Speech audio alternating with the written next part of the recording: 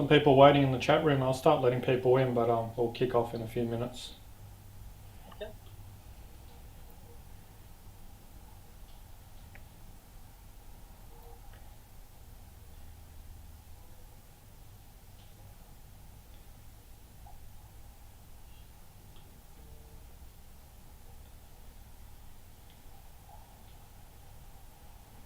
Evening, everyone. Welcome, welcome. Great to see some friendly faces. We're just waiting a few more minutes. We'll kick off just after 7. But yeah, so pour yourself a dram or two, get your sample kits ready, get some water going. We'll kick off shortly. Like the cupboard. Thanks. I just I've put out the golds on display. Why are they still not open? Well, I've drunk 1 and 2, and then that's 3 and 4 there. So I think, yeah. So getting through it. It's my second bottle. I already had a 3 done as well. My favourite whiskey. Yeah, it's up there. It's one of mine as well. Just setting up the live stream. Give us a. Richard Darl.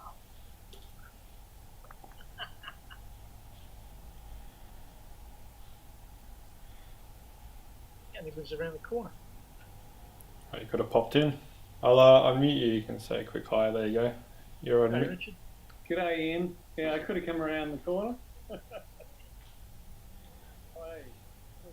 looking forward to it. Good.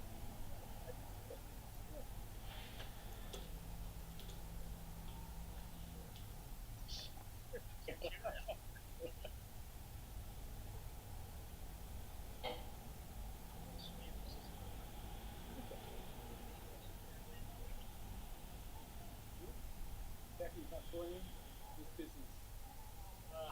Jack's not interested in this one, which is probably a good thing. Yep. Well, the guys are all very good in their place. Exactly. Is Vic there? No, Nick's not in. Single mates used to say how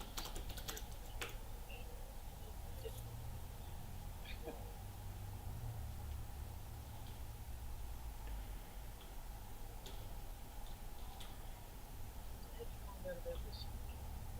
I'm on your email list. Made it work out. See you there in COVID time looking at food.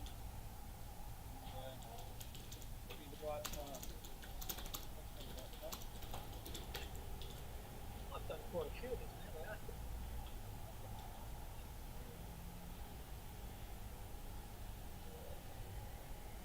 That's pretty simple. It's battery. Just go and have a good try. Sounds better than many of the others that I've been in recently.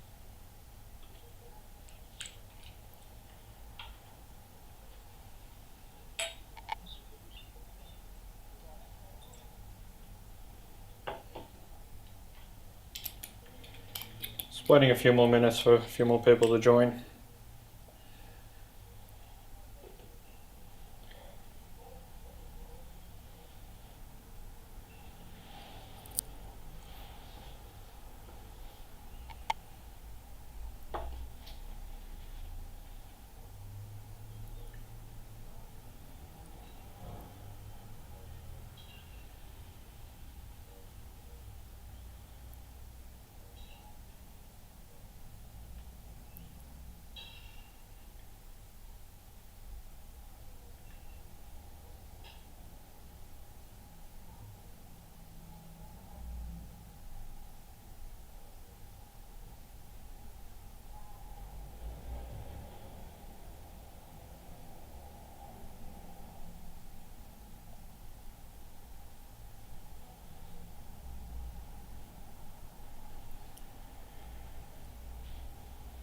What'd you get up to today, Ian?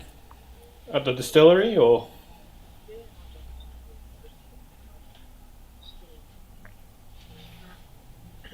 some work.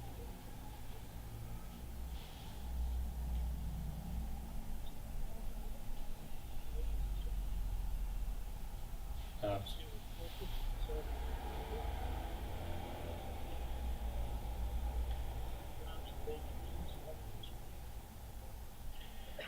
in Adelaide and or South Australia, they're not under lockdown or anything. The borders shut still. Borders are shut to are open for everything else. Is it Tasman? Yeah, I'm not sure about New South Wales. NTWA has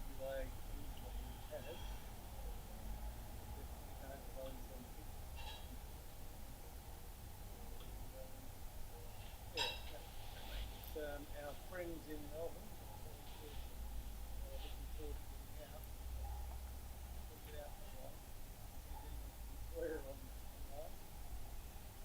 Do we have any Victorians?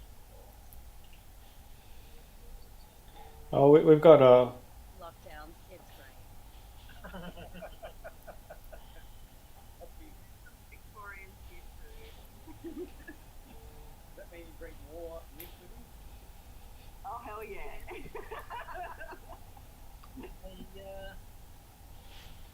Oliver, yeah. there's a bloke called Eric Osgo sent me a link to Zoom.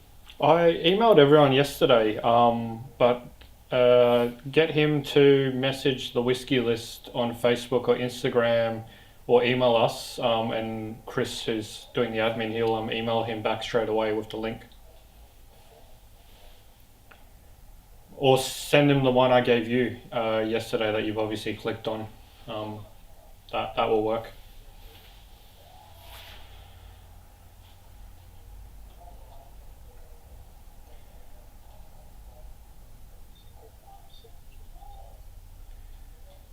That's good. More people joining. We'll give it a few more minutes and then we'll kick off.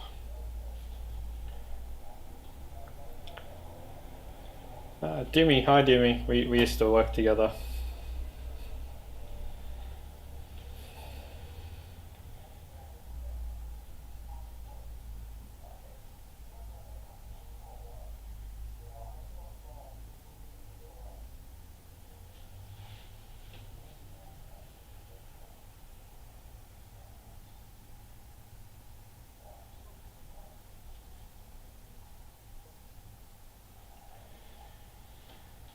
We'll give it a minute to join. But yeah, I'm pretty much happy to kind of start with the intro at least, I guess, and then we'll wait for your friend to join and we'll kind of kick off, I imagine. What was his name? Eric Osgo. Yeah, we definitely emailed him yesterday. I can see his name on the list. Might have missed it. Went to spam. You said the same thing. So Eric's a funny bloke. He's in our local whiskey club. He either scores whiskey 0 or 10. So you must get straight tens then, right? No, I wouldn't say he's giving me straight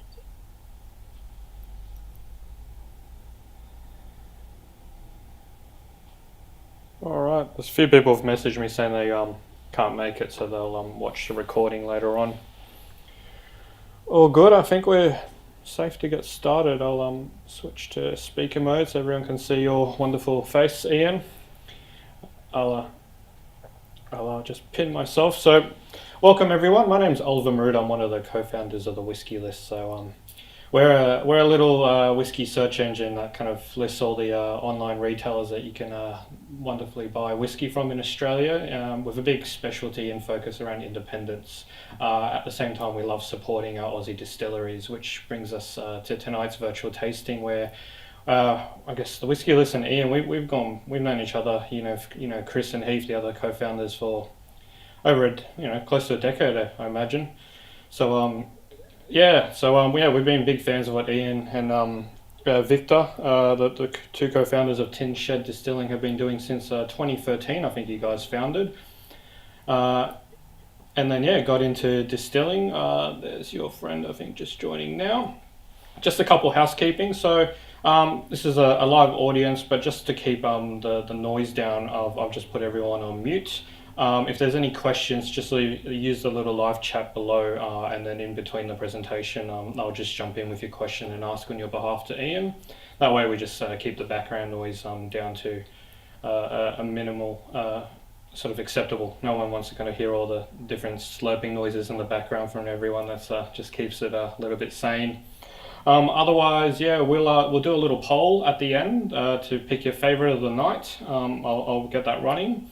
And just so everyone knows, the tasting order will be the 18, the 19, the number 3, and then we'll finish up on the ferret. Unless Ian wants to change it up at the last minute.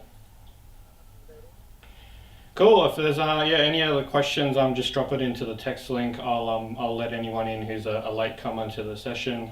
We're streaming live to the Whiskey List app as well, so I'll be monitoring the live chat there.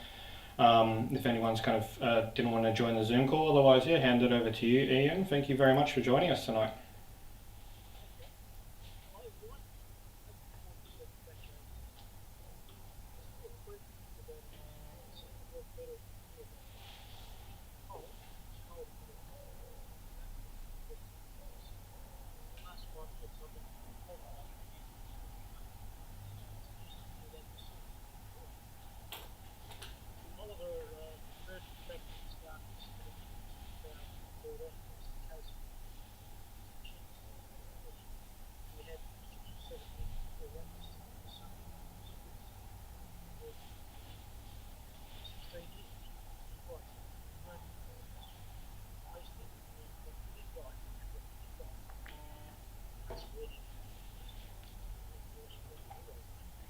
Anyway, talk's cheap, so have a whiskey with it.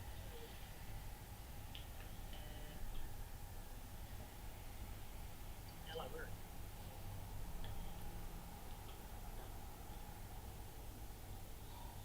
So my tasting notes read that nose, sugar, spices, clove, pepper, white grass,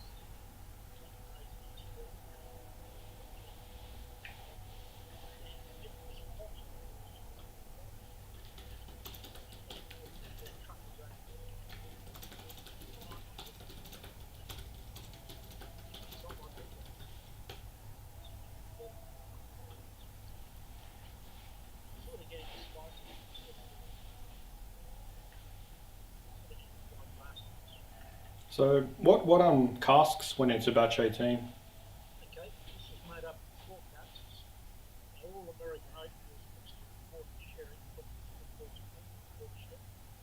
There were 2 tiny casks, 20 litre ones. Two bigger ones. In fact, one of them had a bit of rubber cask. Finished up in the same way. Also, the last 20 litres is what we got 70 litres. So rather than suck it up,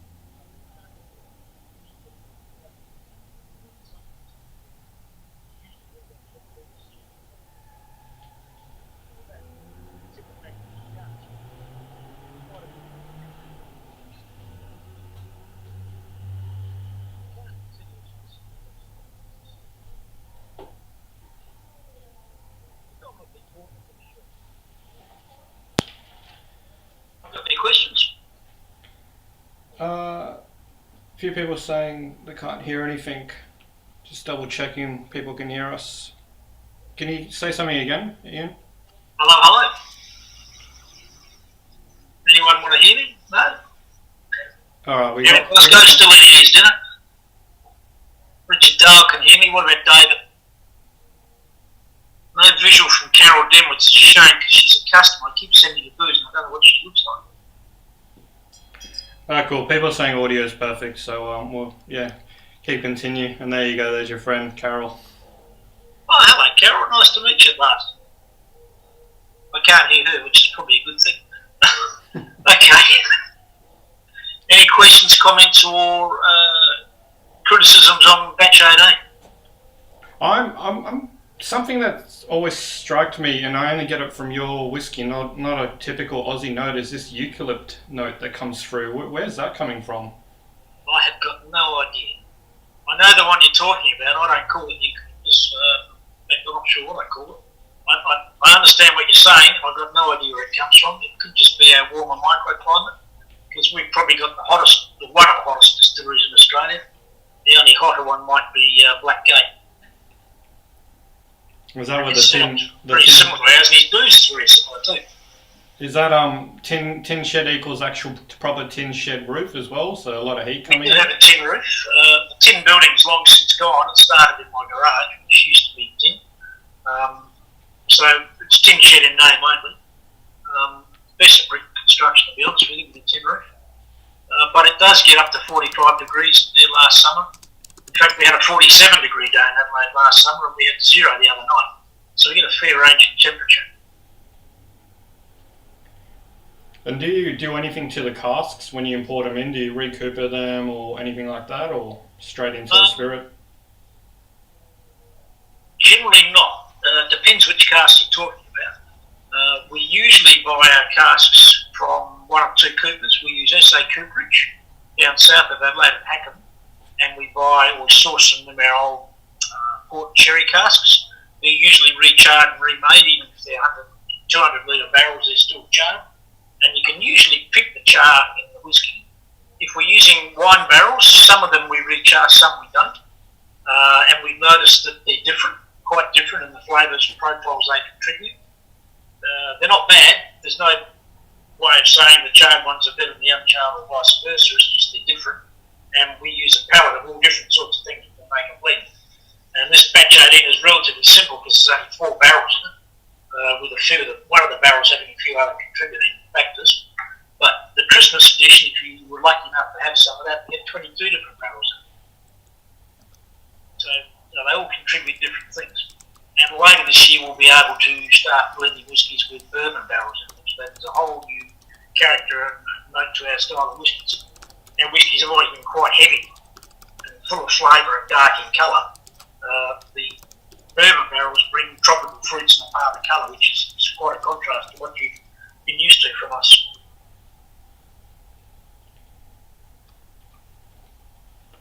Just replying to one of the customers, Eric. Can't hear anything. Eric, if you're listening, hopefully you've seen my text message. Have a read at the bottom. It's everyone else can hear, which means it must be a setting local to your computer or your mobile phone. What maybe an output setting. Give something a try. So Howard wants to hear about the Den of Iniquity. Yes. Actually, he's got Den of Inequity written there. Iniquity is different to inequity. Inequity means uneven. Iniquity means wicked, sinful, immoral, and unjust. And we're not talking about me, although Richard and Eric might disagree with that, but what we're talking about is the fact that alcohol is so bad for you. It's illegal, it should be illegal. It's immoral, it's unjust, and it's wicked and sinful that alcohol is so nice, but really so bad for you. There's this many medical papers that tell you it's going to kill you. And there's this many medical papers that tell you it probably won't kill you too fast or too painfully if you drink in absolute moderation. And that's sinful and wicked. And the other sinful and wicked thing is that the excise on a bottle of whiskey is about $26 on one of ours, or $27. Currently runs at $86.90 per litre of pure alcohol. So if you find yourself in the ear of a politician, just tell them to pull their fingers in and freeze our excise rates for a while until beer catches up. The excise on beer, which is also ethanol, is only half the rate of excise on spirits. So as a spirit drinker, you're being discriminated against by your government, which is cool. Anyway, back to the Den of Iniquity. That's essentially our mailing list. They're regular customers. You join the Den of Iniquity and you log into the den, and you get about a 5% discount on the retail price of the booze. You also get first dibs at any new releases. Now, batch 18 and 19 are quite large releases, but the gold batches tend to be pretty small. Because they're always single cask and they disappear very quickly. So they don't get out to the public. The Den of Iniquity is usually the first call for those people. They get had a crack at it, they buy it, and it disappears. You also get invited to events. We did one last week in Sydney called Designer Dram, where we sent everyone 5 samples of barrels and a little sample of batch 19, and we invited them to try and duplicate batch 19. And a fellow called Tim Liquid, I think it was, in New South Wales, won himself a t-shirt and a bottle of whiskey. Alright. Someone wants to know, That's good. Someone says David says sins we'll live for. He's quite right. Okay, how do the whiskies compare to Southern Coast? Yeah, they're different. They don't have the same DNA, which is kind of weird because the same people made them in the same location, using the same equipment, the same recipes and everything else. But there's a definite difference. The Iniquities tend to be a little more herbaceous, and the Southern Coast ones tend to be a little more caramelised. Best way to find out is get some Southern Coast and have a taste if you're lucky enough to find one. The last bottle I saw being sold in the secondary market went for $2,000. All right, want to try another whiskey? There's while you're pouring whiskey number 2, try the Odd Whiskey Koi, Graham in Adelaide there. He might have some left.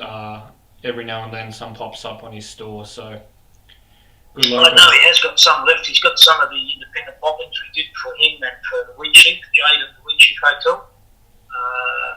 I don't know if your mate Heath's got me a Mad Maxine left. That was another independent bottling from Southern Coast Distils. I think whatever's left is open and soon we'll be drunk. I have a bottle tucked away. Yeah. David Right. asks, is Southern Coast Whiskey down the coast? So Southern Coast Whiskies was Ian's first distillery. They've went separate ways with their other business partners, and him and Victor started Iniquity, basically tin shed distilling. So same business, new name, and that's kind of where the phoenix rising from the ashes, I believe, comes from as well. You're talking about the logo on the bottle, which people can see over your shoulder. Yeah. There's a funny story about that. It is a phoenix rising from the ashes, but it's a bird sitting on a piece of barbed wire. And in South Australia, we're known as crow eaters, and if you ever go in the bush, you park your car to have your lunch or something, and you open the window and you can hear these birds going, ah, ah, in the background. And the crows usually sitting on barbed wire fences. But our ex-partner's lawyer, who was not a particularly pleasant chap, accused us of starting a Phoenix company, which is a bit of an insult. In most instances, a Phoenix company is legal because you're ripping off predators. In our instance, there were no predators to rip off. But when he said Phoenix company, we Googled that.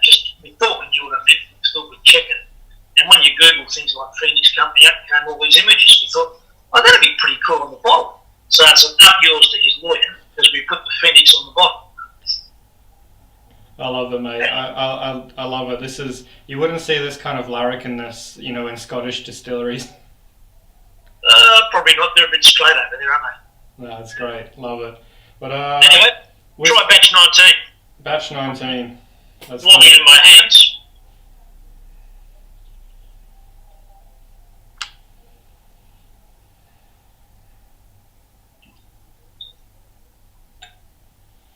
Batch 19 is another one of these whiskies. There were 3 barrels went into it. Barrel 108, which was a 225 litre wine barrique, red wine. Barrel 109, which was the same. And barrel 120, which is a 220 litre sherry cask. Originally it came from McWilliams and the Riverina, I think it is, McWilliams, up around Griffiths Way. But barrel 108 was one of those barrels that finished up with the dregs of every other batch we'd ever done.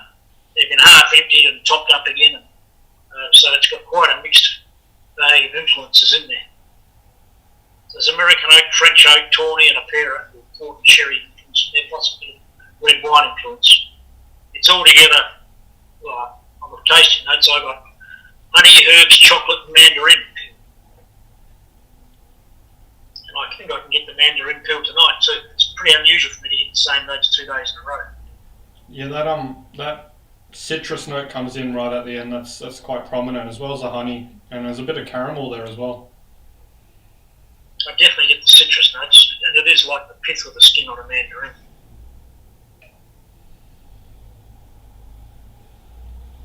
Very different whiskey to batch 18. Yep, we get bored drinking the same stuff all the time. We couldn't make 2 whiskies the same if we tried. We just don't have enough stock. Ooh, yeah, I'm still getting the orange flavours and a bit of orange marmalade, that richness in there from the marmalade. And what's the story with 46%? That's quite high for a lot of whiskies, right? Yeah, it is. it's a strength we quite like. Originally we chose 46 because we were told that at 46% we shouldn't get any flocculation, which turns out to be total bullshit because we quite often do get flocculation at 46%. Oh, geez, the honey notes are really coming through. That sounds pretty pleasant. I like that. I think that's better than the other one. I'd like a show of hands from the crowd. Which do they prefer, 18 or 19? 18, put your thumb up. Yeah? And who preferred 19? Oh, some people prefer both. Good on you, Carol.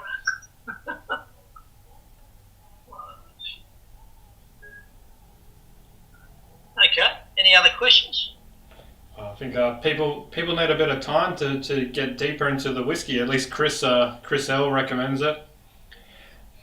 Chris L also asked, do you do all your own tasting notes? We used to get a bloke called Craig Daniels to do it, and Craig Daniels has got a really good palate and a really good nose, very descriptive, but it used to cost me a bottle of whiskey every time he wrote the notes. And we got to the stage where we thought we could do it ourselves. We have a small panel of mates. We get together. I'm doing it again Friday night with another whiskey, and we just bounce it off because I don't know about you, but I find when I taste something, sometimes I can't smell it, can't taste it. I think, oh, it's nice, it's good, I like it, but I don't know why. And I have to have it come at it several times in different locations and get other people to help me come up with the tasting notes. So what you're reading in the 2 or 3 most recent editions is, in fact, panel notes, I suppose you'd call it, rather than my personal tasting notes. You know, there might be 1 or 2 things in there that I wrote, but there's a few things that other people wrote. For example, I've never ever had truffle over ice cream before, but Paul Shand, who some of the people in the crowd will know, has, and he said, "Oh, no, definitely truffles." Now he could be pulling my leg. You can tell me if you've ever had truffles over ice cream if he's pulling my leg or not. I wouldn't put it past him. I forgot to say at the beginning, actually 2 things. If this is your very first whiskey tasting ever, whiskey is to be enjoyed personally any way you want. The moment you buy the bottle, you can do whatever you want with it.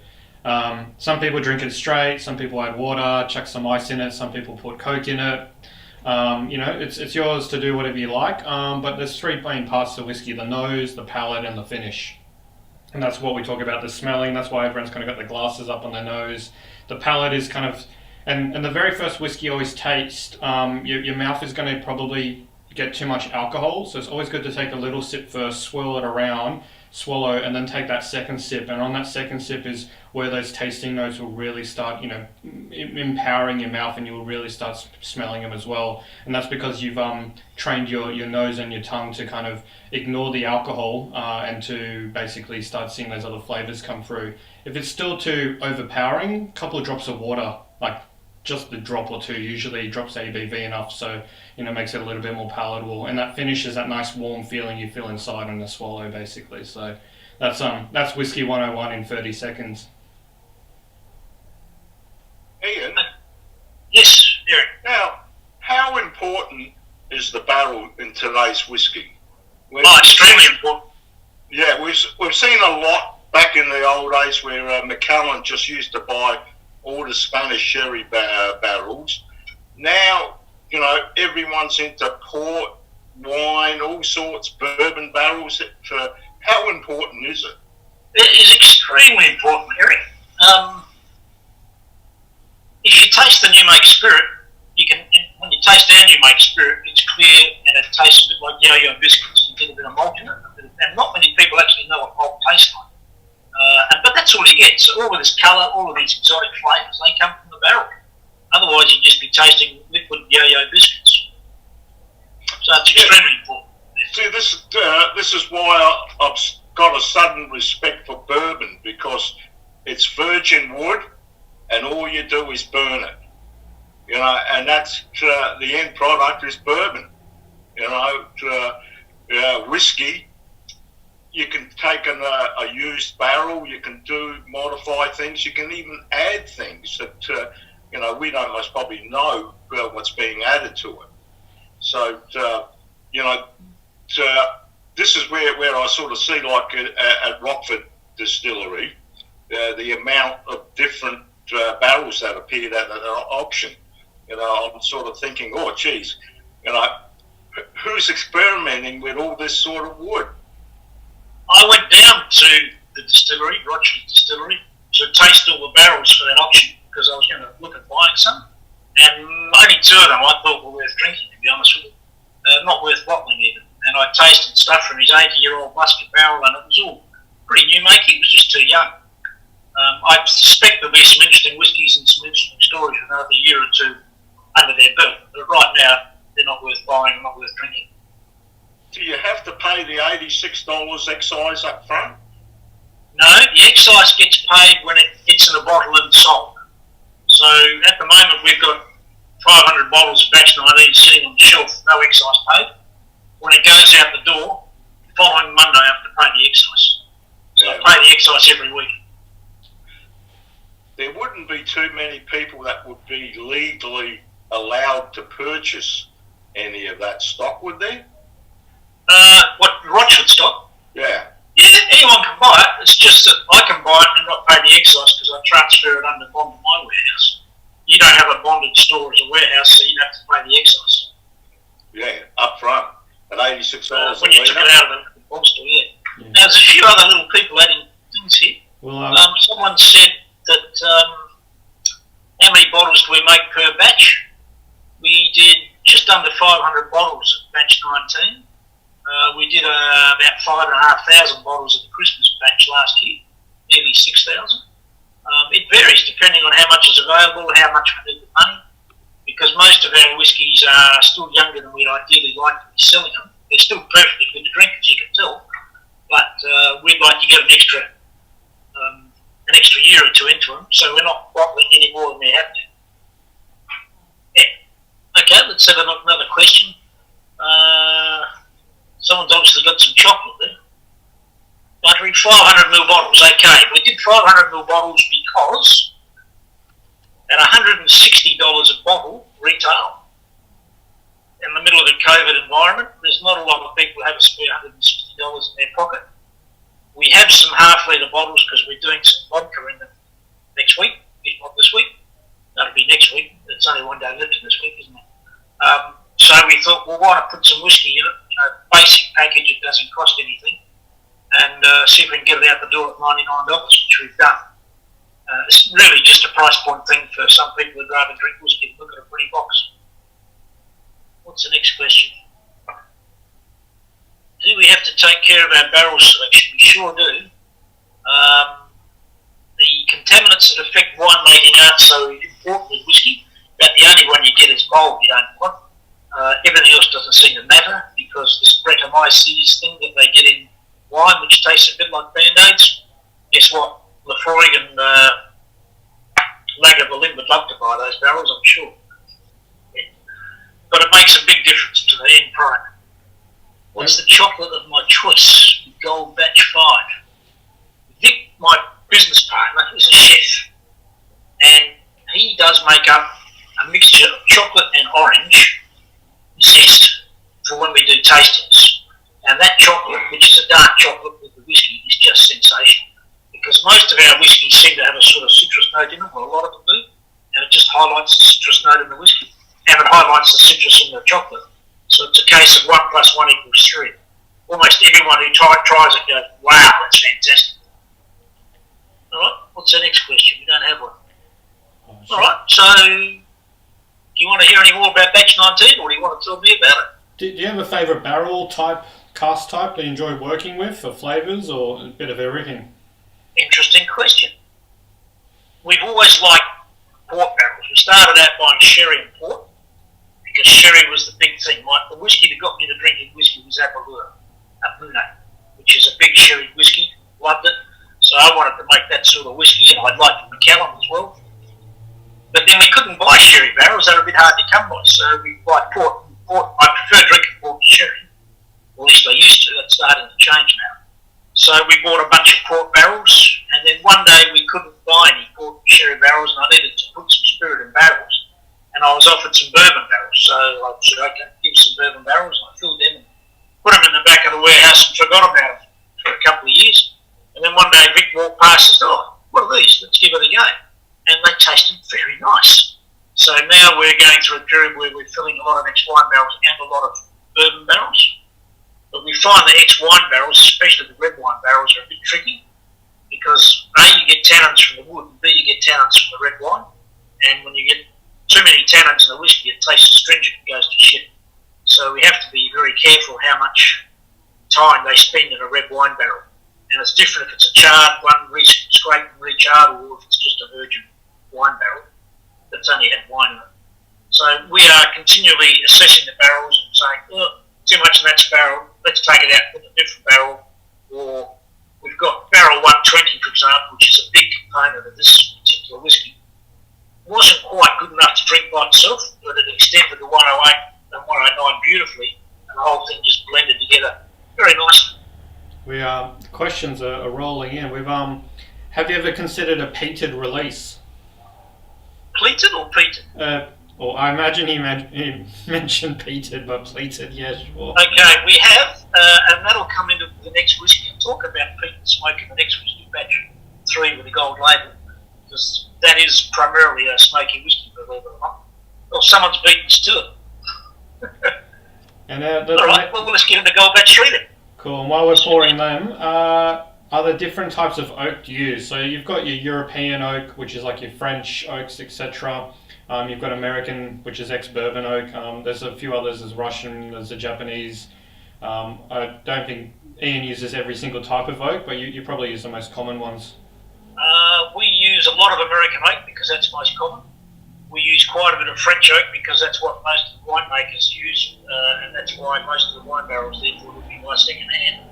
French oak. They've still got the original Cooper's mark on them, which means they came from France somewhere. I can't pronounce things in French other than pain au chocolat.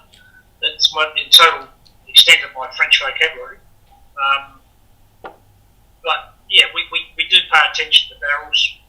And we do use American oak, we do use European oak. European oak can mean French, it can mean Spanish, it can mean Eastern European, Yugoslavia, Russia, Germany.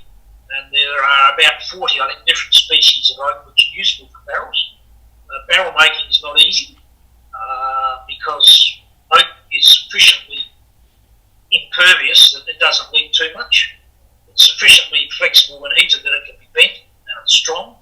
And the grain runs pretty straight. So oak trees can be like the ones you see in the beautiful photographs of English country gardens in the States, where they're a big massive tree, or in plantations they grow very tall and straight, which is what they want to use for making whiskey.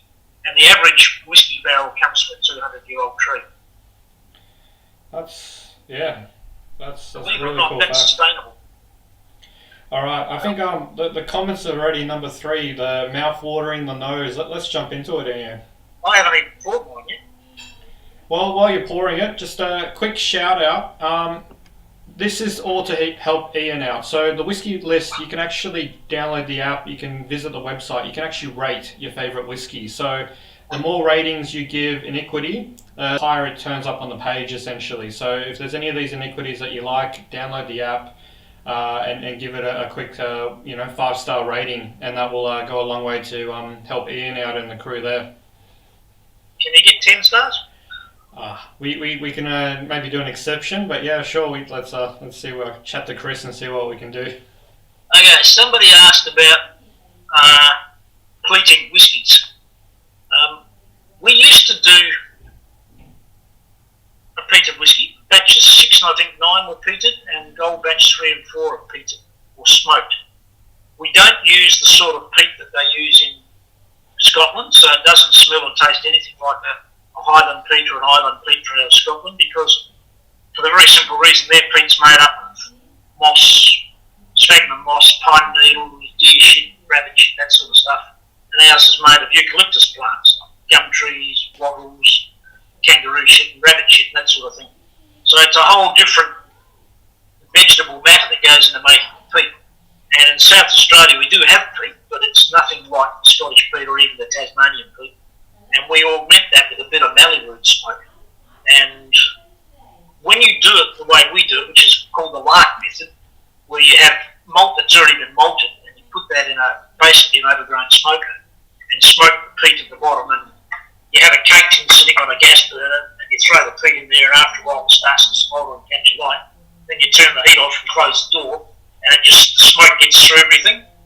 But when you do it, as they do it in Scotland with a wet peat, a green peat, they use the smoke to dry the peat out, and the smoke gets right into the middle of the grain because it's wet.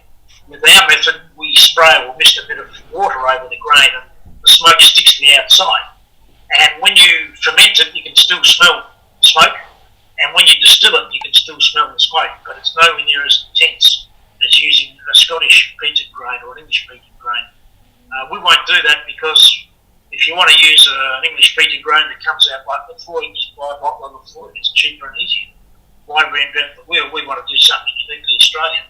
And what you got in your hand is uniquely Australian because after the first few efforts to do that, Bill Lark dry peating method, we considered it a failure.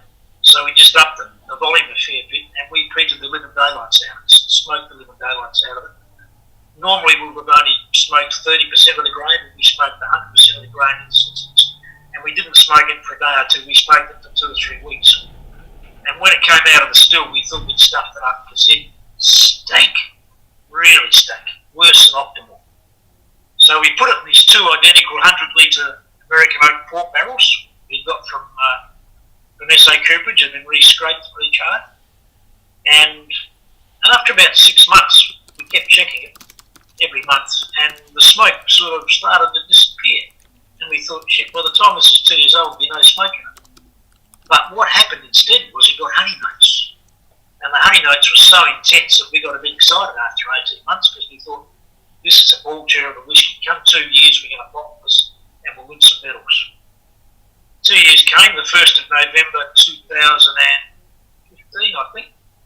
Might have been 2017, because we filled them on the 1st of November 2015.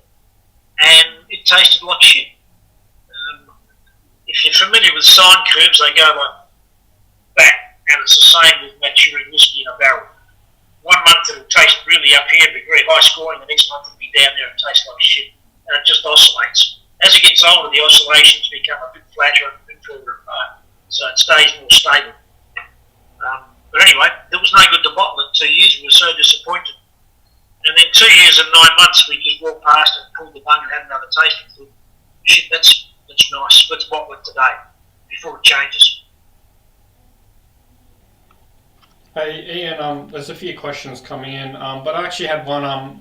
Tim Duckett talks about maturing in the number of summers. Do you subscribe to that kind of thinking? Yeah, I do, sort of. I think winters are important as well. But do they have summers in Tasmania?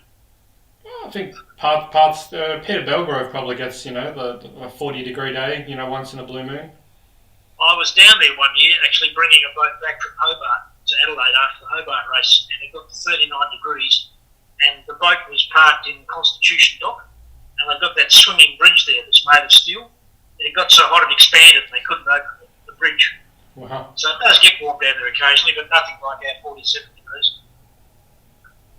Laura Jane Marr says, I love a taxi. What's a taxi?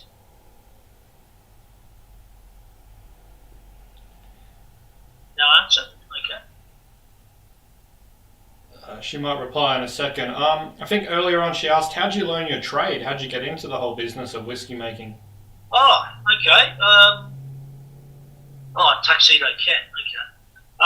When I was about 16, I used to work with my old man at holidays, and he had a business up at Ashton, on top of Adelaide Hills, where he was in partnership with Peter Lehman and some other people, and they made cider. And my old man got bored making cider, and he had a little port barrel, which is another story entirely, but he also had a still, which he'd inherited from his father, which had come from the laboratory at Pike's Brewery in the Adelaide Hills.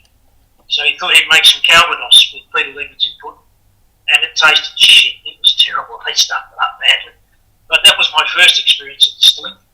And then one day, I'm leaning on the school fence, purring on the yummy mummies as you do, waiting to pick up the kids with Vic. And Vic is a chef by trade, but he delivers mail for a living because that's more sociable, with better hours for bringing the kids up. And he said he delivered some mail that day to a homebrew shop, and he noticed they had a still for sale. Now Vic is Russian, and his dad was a Cossack, and his dad really liked his vodka. So buy a still to make some vodka. And I said, don't bother. Ferment your vodka brew, bring it round. I've got a still with the still at my place. And that's where it started. And we never ever made vodka until this week. We're making vodka tomorrow. Unfortunately, Vic's dad's died about 8 or 10 years ago. But we've named the vodka after Vic's dad. So it's called Piotr, which is Russian for Peter.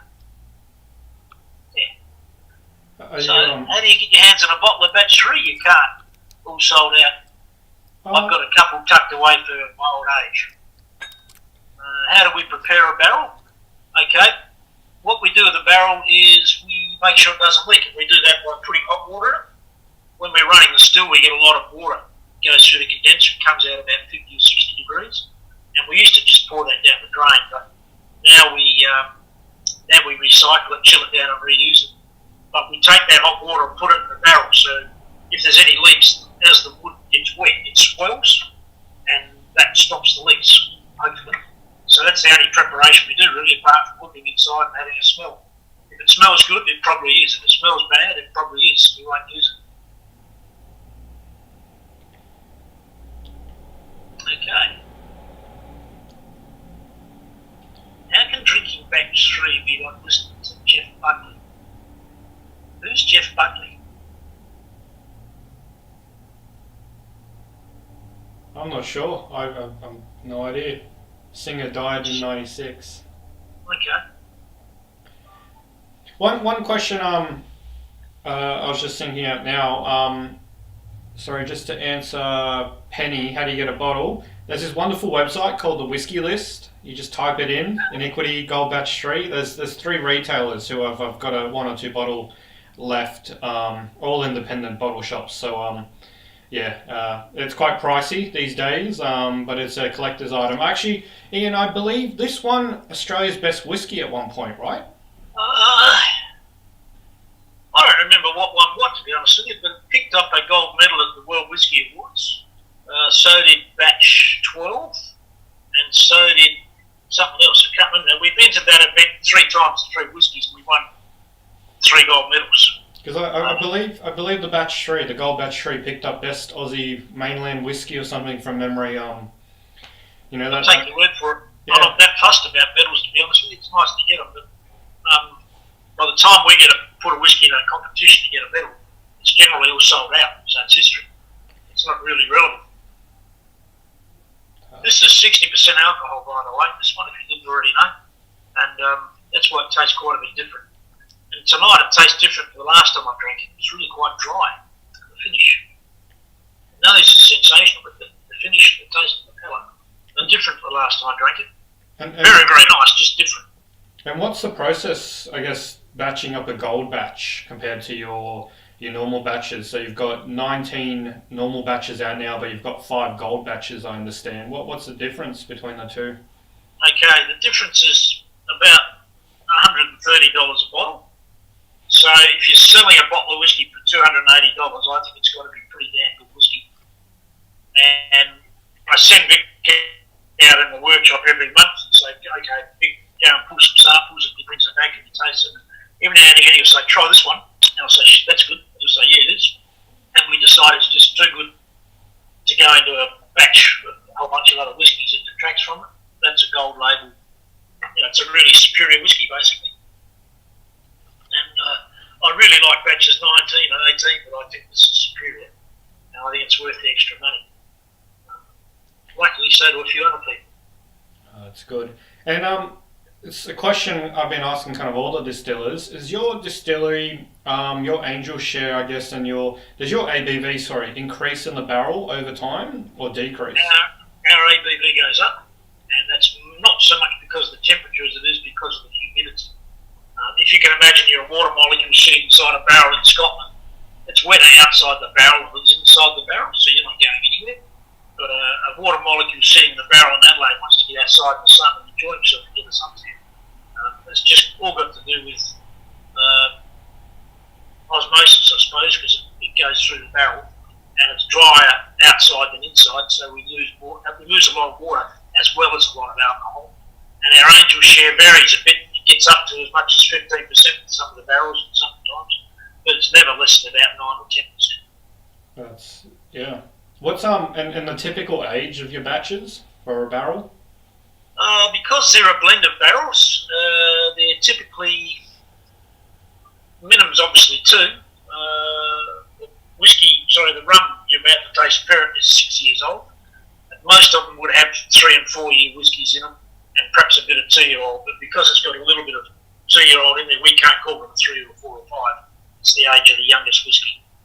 Someone's saying, do we have a cellar door? No, we don't.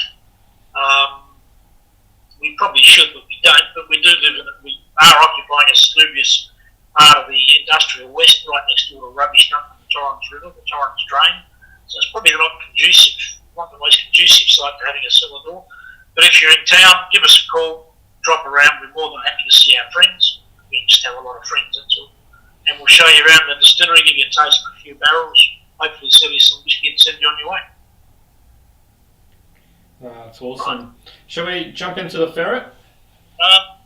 You can. I'm going to finish my 3. You take your time, mate. I recommend everyone just pour your ferret if you haven't. We'll start getting ready for that one. The other thing is, don't finish your drinks off. Keep them to come back and compare them, because they change in the glass. Even the empty glass is worth smelling.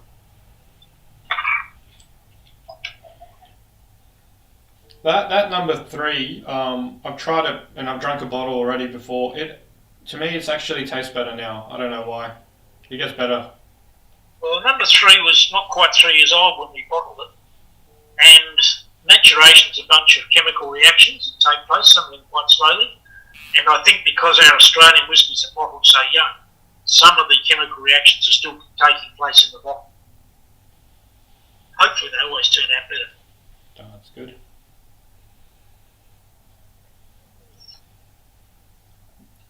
I do like that whiskey, it's lovely. Alright, the ferret. We make rum for a couple of reasons. Firstly, I like rum. And secondly, because I've never had a whiskey which finished in a rum barrel that I didn't like. Didn't matter who made it. So this rum came out of 2 barrels originally, and that's 2 barrels that we filled with whiskey, which will have an influence of the rum a few years down the track when we bottle it, and it lends a bit to it. So this is actually 2 barrels, 200-litre barrels. We've spent time, quite a few years in our warehouse, both American oak, both bought, and then we combined them and put them into 1 barrel after spending a few months sitting around on a plastic drum because we couldn't make up our mind what to do with it. So we put it back in a barrel and spent another 2 years in a barrel, and here it is. Now all our whiskies, you'll notice, have got batch numbers, and we got a bit bored with batch numbers, so we thought we'd give them names. A lot of people give their whiskies names. This one's called the Ferret. The rum itself is called Requiem, and a Requiem, as you probably know, is a last prayer or a final word about dead people, the final mass. So we decided to name our rums after shipwrecks that have lost at sea or run up on the rocks. Ships are dead, and hopefully not too many sailors, but seafarers as well. So the whole idea is to raise a glass to the ship and the sailors who sailed in it. And this one's called the Ferret. Now the Ferret was an interesting little ship because it was built in Glasgow in 1871. It's about 190 feet long, I think, 450 tonnes. And when it was about 8 years old, it was owned by a railway company. They were using it on the Clyde to help build bridges to ferry things around. And a chap came along and said, I want to charter that and take it down to the Mediterranean for the summer with my wife because she needs to go to the Mediterranean because her health is poor. He had impeccable references, was related to the first Lord of the Admiralty. He paid for the ship and he paid for the stores that went into it. He paid for the coal with cheques and disappeared.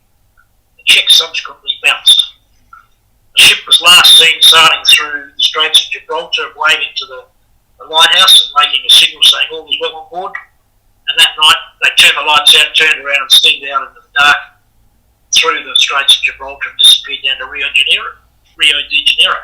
On the way they changed the name of the ship from Ferret to Bantam, and they threw some of the superstructure overboard, rearranged the look of it, gave it a coat of paint. They got into Rio de Janeiro. They said, we're going back to France. We're going to buy a cargo of coffee to sell in France, which they did. They bought the cargo. They shot off to South Africa and Cape Town where they sold the coffee for £10,000. Made a nice profit because guess what? They didn't pay for the coffee.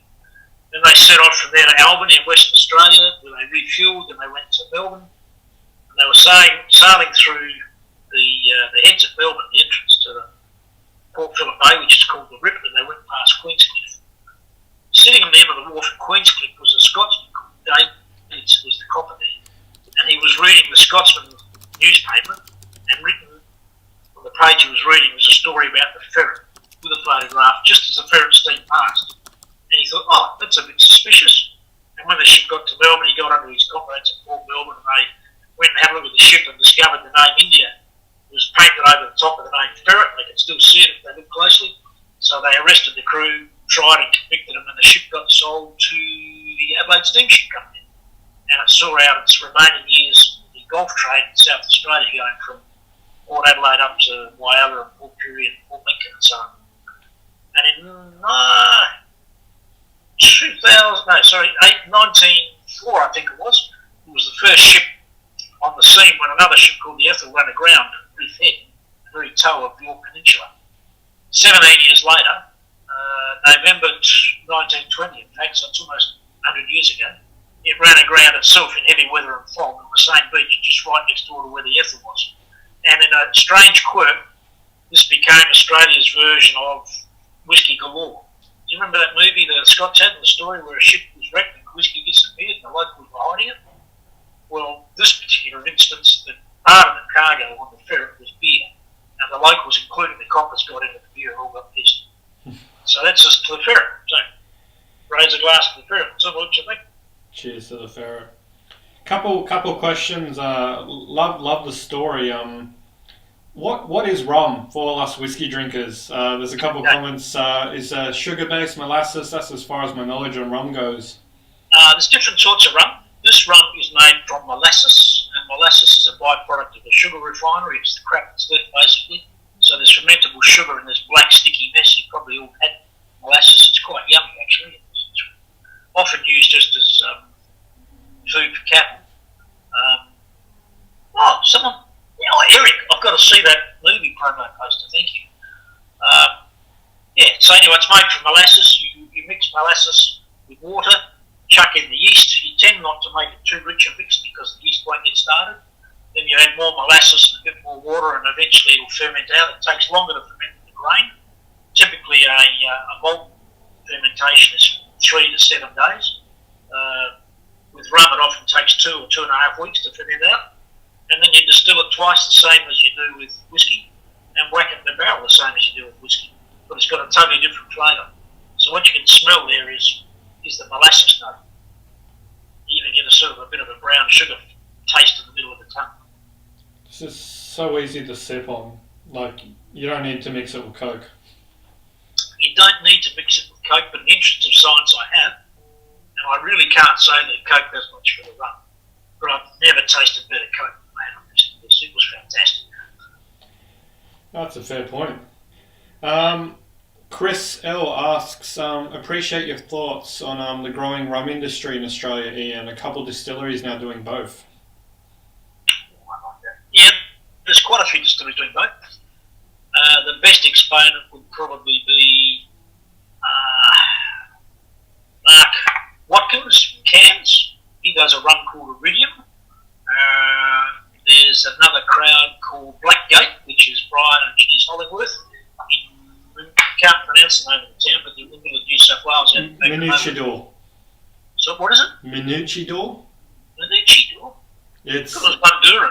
Oh, something, maybe, I don't know. Well, anyway, he's out in the middle of nowhere. Mandura, there you go. Sorry, my bad.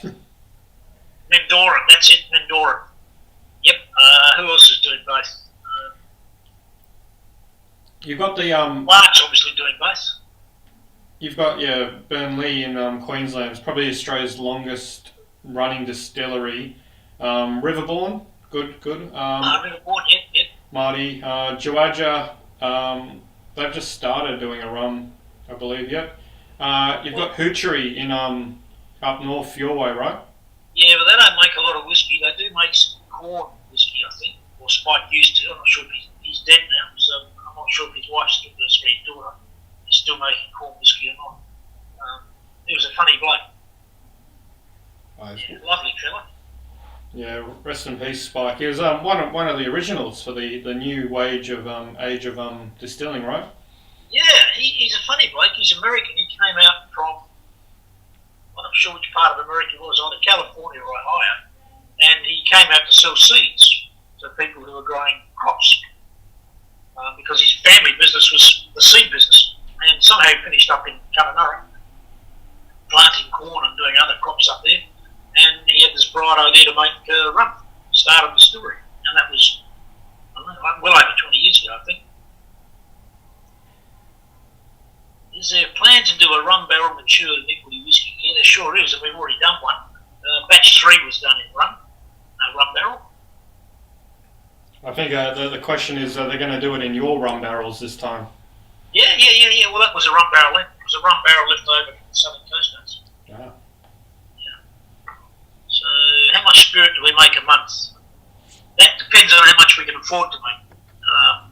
For example, this week we're going to make sufficient spirit to fill 3.5 thereabouts 200-litre barrels, which will be about 1,000 bottles at the end of the day after Angel share one of the bottle. So, what's that? About 400 barrels a week. Allow being a litre of pure alcohol. And it takes 60 litres of pure alcohol to fill a 100-litre barrel. Not that we use 100-litre barrels much anymore, we nearly always use 200-litre. Someone says, does rum take the cut into what's classed as poison? Gives you a headache because it's trying to kill you. I would hate to think, Eric, Grumpy Badger, that is what you think about rum. Rum is an underrated drink by a long way.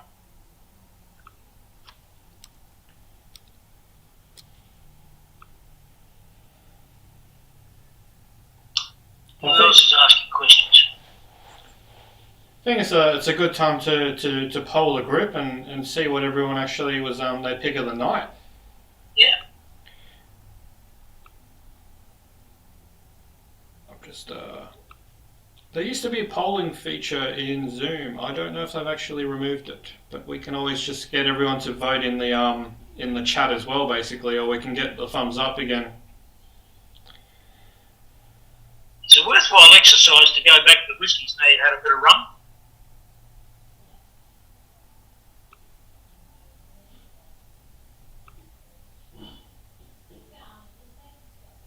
I have to confess, 18 and 19 seem a bit tamer after going 3 in the rum.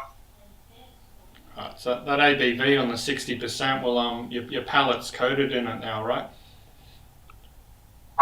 Basil. He loves Iniquity because it's soul to the story. Where's Basil? Can't see him.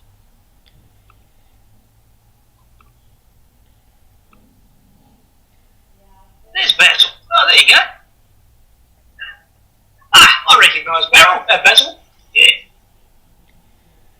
It's really nice in this whisky industry to keep putting names and faces together, and then Basil I'd forgotten about, but I've seen his photo now. I've seen him, and instantly I recognise him. Yeah, just a quest to everyone. Just type into chat what's your favourite of the night. Is it the batch 18, the 19, the gold number 3, or the rum?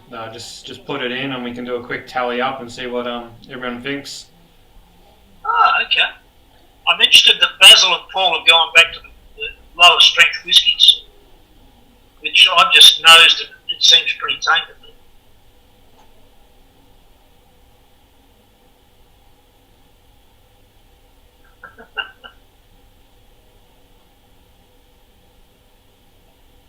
I do like you've got a room full of whiskey drinkers, Ian, and you've converted a few people into to jump down the rum rabbit hole, which is always a massive thumbs up.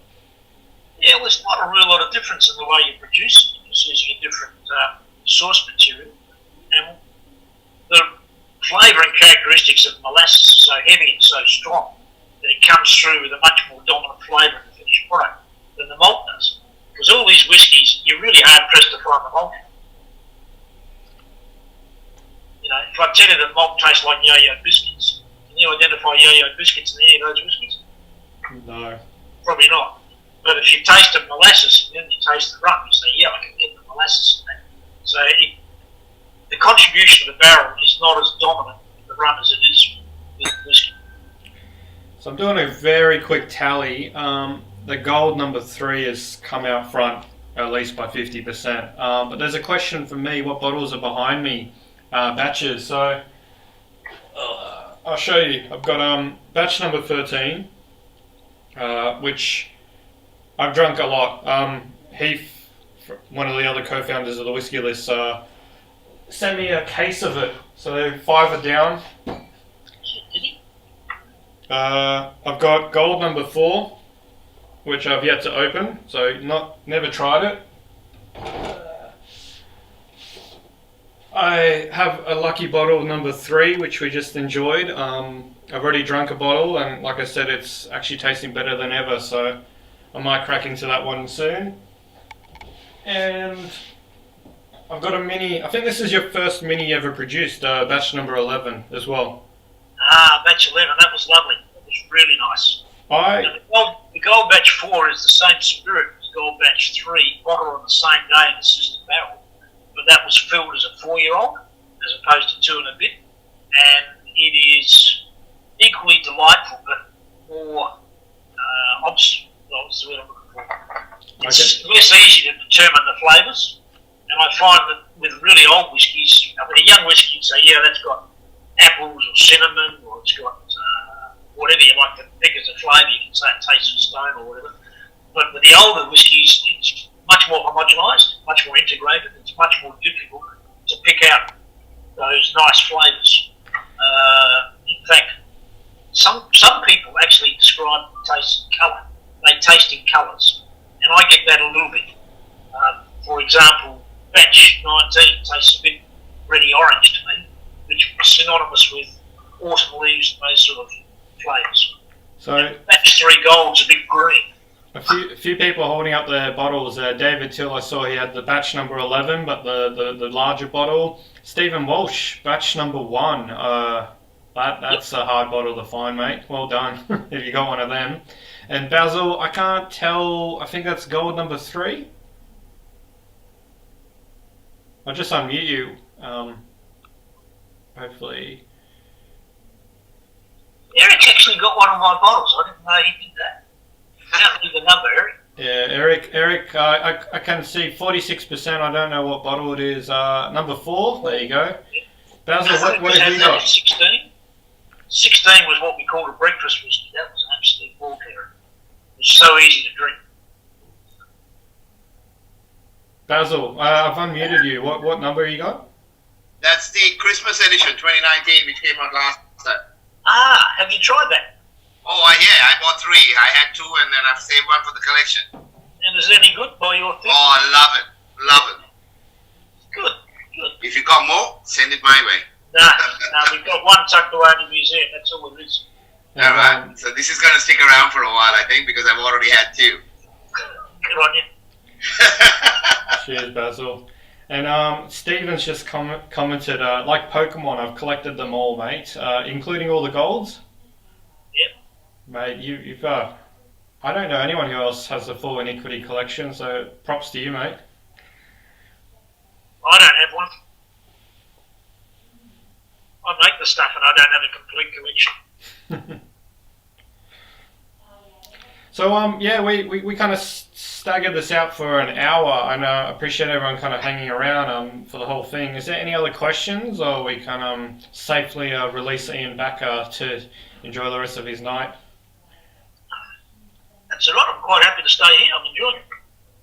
I think yeah, in terms of formalities, I can unmute some people, put your hands up, or send me a reaction if you want to just chat over the text. I'm happy to do that too. But officially, yeah, let's give everyone a round of applause for Ian. Thank you so much for your time tonight, mate. Absolute pleasure. I enjoy talking to customers. I enjoy drinking the whiskey. I don't get to do it very often, believe it or not. But mate, outstanding. Number 3. I did the quick tally up now. It's yeah, about 50% of votes all on the number 3. So that's no reason to win an award. It's definitely the favourite of the night. Hello, Caesary.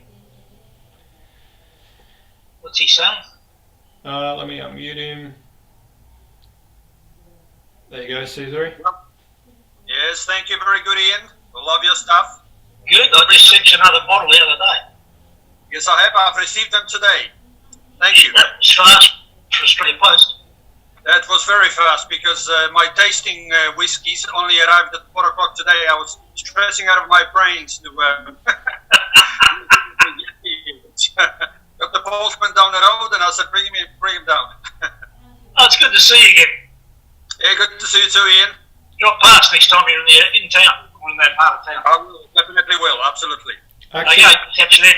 one thing before everyone goes, I forgot to say is we're going to email you a discount code for any $10 gift voucher for any Iniquity products. So Basil and Howard, I know you already bought a bottle just now. I saw the email come in. We'll fix you up for that one. Thank you very much for your support so far. So yeah, we'll drop you everyone an email for the tasting, $10 off any Iniquity product through the whiskey list tonight.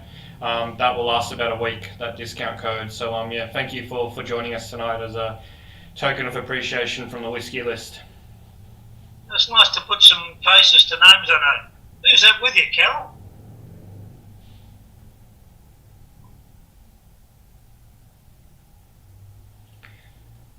Sorry, let me unmute. There we go. Still not working. There you go. Carol? Yeah, here I am. This is Denise, my sister-in-law. Hello. Hello, ladies. Yes, we enjoy it. We've yes. It's very unfortunate now because now Denise knows all about what those Iniquity bottles are in my storage unit. Why do so few women drink whiskey and come to events like this? Well, I've always tried to buy a spare bottle, so I've always got my collection bottle, and then I've got my spare, which I like to drink. So yeah, I drink it. Yeah, but so many women don't. Why is that? Carol introduced me to it, so maybe it's more that you need to just introduce me. Okay. There you go. Yeah, that's it. That's interesting thought. I don't know. I love it. Yeah. Because when you go to a gin event, it's all women and very few men. Oh, is that why you go to those gym events? Girls, yeah. Ash blondes have got to have something going for them. Not the purple day glow. No, not the purple day glow. Hello, Laura Jane Mart runs a whiskey club for women in NGC people. What's NGC? What's that? Where's that? Non-gender conforming, okay. Non-gender conforming. Okay, where's that? TW, just another see the review from that. Okay. So Laura Jane, do you run, what sort of format does your whiskey club take? Erin. It's okay, I can unmute myself, I'm used to this. We meet up usually once a month, and it's mostly my friends, women who are, and people who are not women, trans people, or Yeah, sure. Who want to know about whiskey but find that sometimes going to events like this can be a little bit intimidating, or they feel a bit out of it, or So not is seen. Zoom a good thing for you? Or for them? Zoom's really, really beneficial for them, I think, like for the club. And I come to these things so that I can pass the knowledge on. But yeah, it can be great. We did a Canadian whiskey tasting that ended up with like 3 o'clock in the morning, 13 people dancing to Alanis Morissette in my lounge room. Everyone wearing double denim and flannel. There was a lot of caramelized and maple syrup bacon. It was a great evening. Irish whiskey night got lit. That was not happening again. It was the great Jamisons versus Bushmills war. Yeah. I know. Who won? First time well, jammies, obviously. I don't let that Protestant nonsense in my house. And then, yeah, we do like different regions. So we might go around and look at Scottish whiskies in different spaces. So we'll do a Speyside or an Islays evening. Japanese whiskies. We'll do an American tour. Sorry? Oh, I'm in Melbourne. I'm in the north of Melbourne. I'm a Northcote hipster. Okay. Are you locked up now? Oh, yeah. Yeah. Yeah, I am not leaving ever again. But it's okay. I have lots of books and It's whiskey. interesting, So, right? Because one of our leading cocktail bars today in Adelaide has got some publicity for having women's only tasting functions.